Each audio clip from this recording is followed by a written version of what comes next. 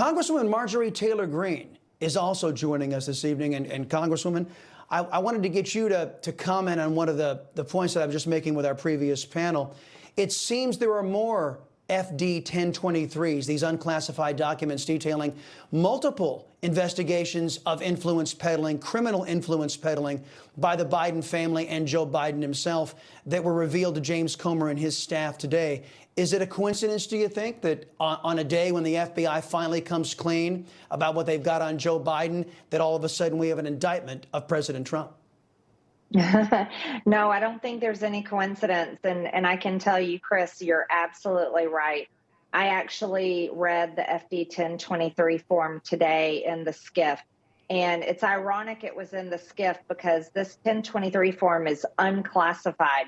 So I believe all the American people should be able to see it.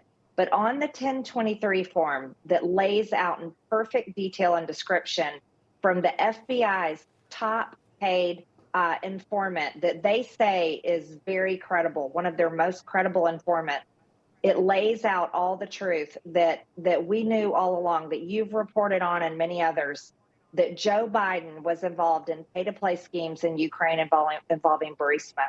And it says in very clear detail that Joe Biden was paid $5 million and Hunter Biden was paid $5 million to get the work done, to get Victor Shokin, the prosecutor, fired and stop him from investigating Burisma.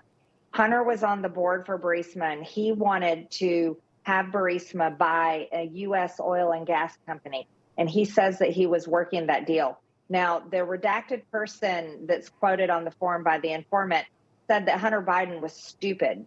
So they didn't think very highly of them. But they were involved and used to having to pay bribes because that's common in Ukraine and Russia in business.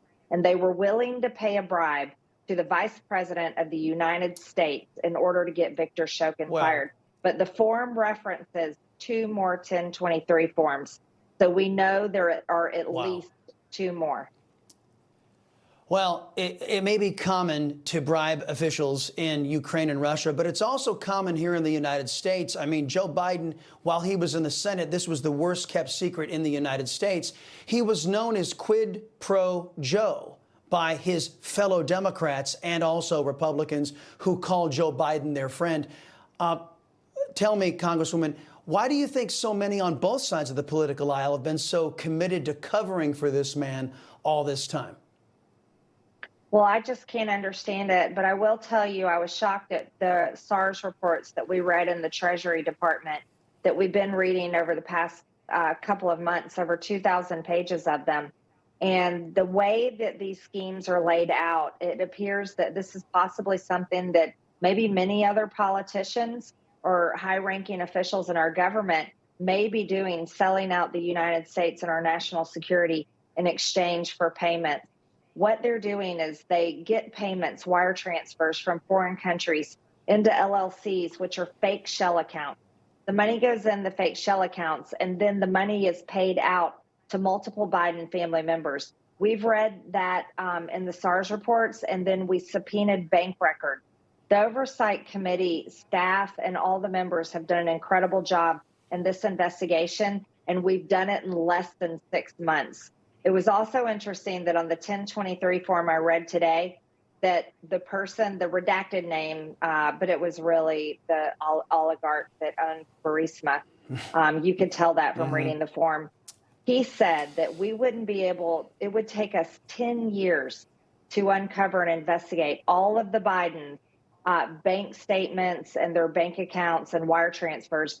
But we've gotten this far in only 6 months while the FBI did nothing.